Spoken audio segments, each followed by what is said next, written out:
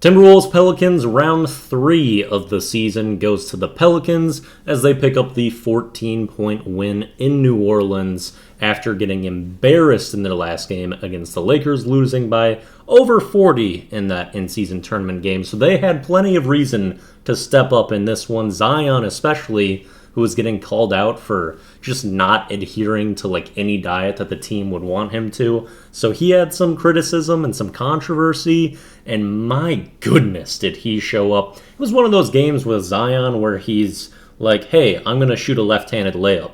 The defender says, you're going to shoot a left-handed layup. And then Zion goes to shoot a left-handed layup. The defender defends it well, and it's 2 points. Every single time. This dude is unbelievable when he is on and trying. I think he has the best layup and dunk finishing rate in the NBA, and it's 15% better than second place, which is Giannis. It's over 80%, and dude is nuts. He was unstoppable tonight, and we were missing our best player in Anthony Edwards, and this was the first time we've played the Pelicans in these 3 games this year where they were more healthy than we are. They had all their people. We were missing Anthony Edwards. We got Jaden McDaniels and Jordan McLaughlin back in this one, though. They both came off the bench. That's normal for J-Mac, but not for Jaden.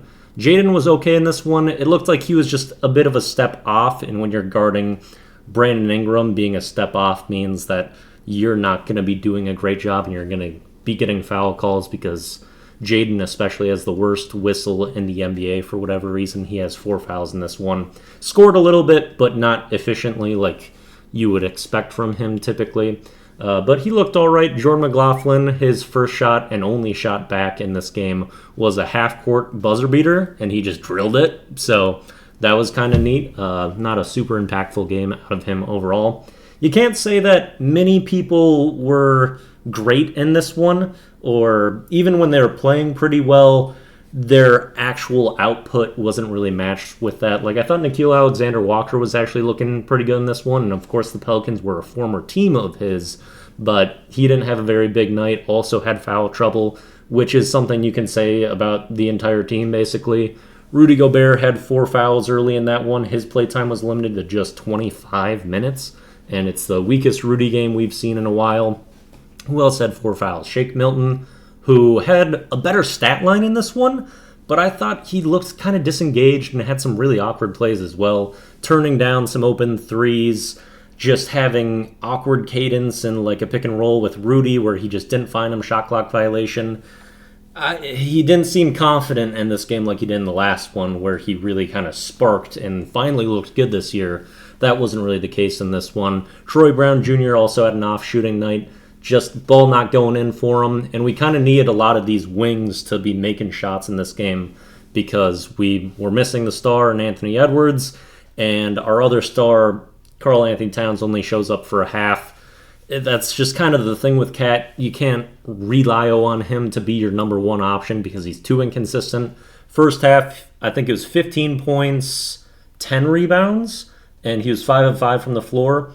And then in the second half, he has as many fouls as he does points and rebounds combined. 2 points, 2 rebounds, 4 fouls, and he fouls out of this game. Did not make a field goal in the second half. He didn't handle double teams well, I'd say the entire game, because he was doubled regularly. That was their game plan, and that's the smart game plan against Cat, is to make him make decisions, because he can score with the best of them, and he is one of the most gifted offensive bigs in NBA history, but you make the man make a decision, and the processing's just too slow. He only gets 1 assist on the night with plenty of passing opportunities and us really running offense heavily through him for much of this game, and he doesn't handle those well. It's probably one of the worst all-stars at handling double teams that is frequently having offense ran through them. He's not a hub that you can expect to run things well, especially when we put him on the wings and not the center of the court where he can actually have good vision and make some decent passes. His bench counterpart, Naz Reid, 17 points in this one. I liked his hustle and how he played in this game, although the shots aren't falling as regularly for Naz as well. His outside shot has really struggled in recent weeks, but I'd say he maybe had the best performance for a Wolves player in this one. Mike Conley also tying with the lead of scoring tonight for the Wolves with 17 as well. He was pretty good, but we just didn't have any explosive night from anyone or really solid night from anyone. And when you've just got Zion going nuclear, there's nothing you can do. So we just couldn't match it tonight. It was a pretty well approached and played game overall. I just think we weren't hitting the shots, and the Pelicans got 21 more free throws than the Wolves, and they were getting some generous whistles. They were quick to call things on the Wolves, and it wasn't all on the Strongarms that this game. It just wasn't really our one, and it's tough to go out there in New Orleans and get a win. I mean, I think they're 9-4 now in New Orleans, and they're a much better home team, and that's become a tough place to play, and they're finally healthy as well. That makes a big difference. Wolves have a ridiculously hard stretch ahead of them with 16 straight games against above 500 records, and 11 of those games are on the road.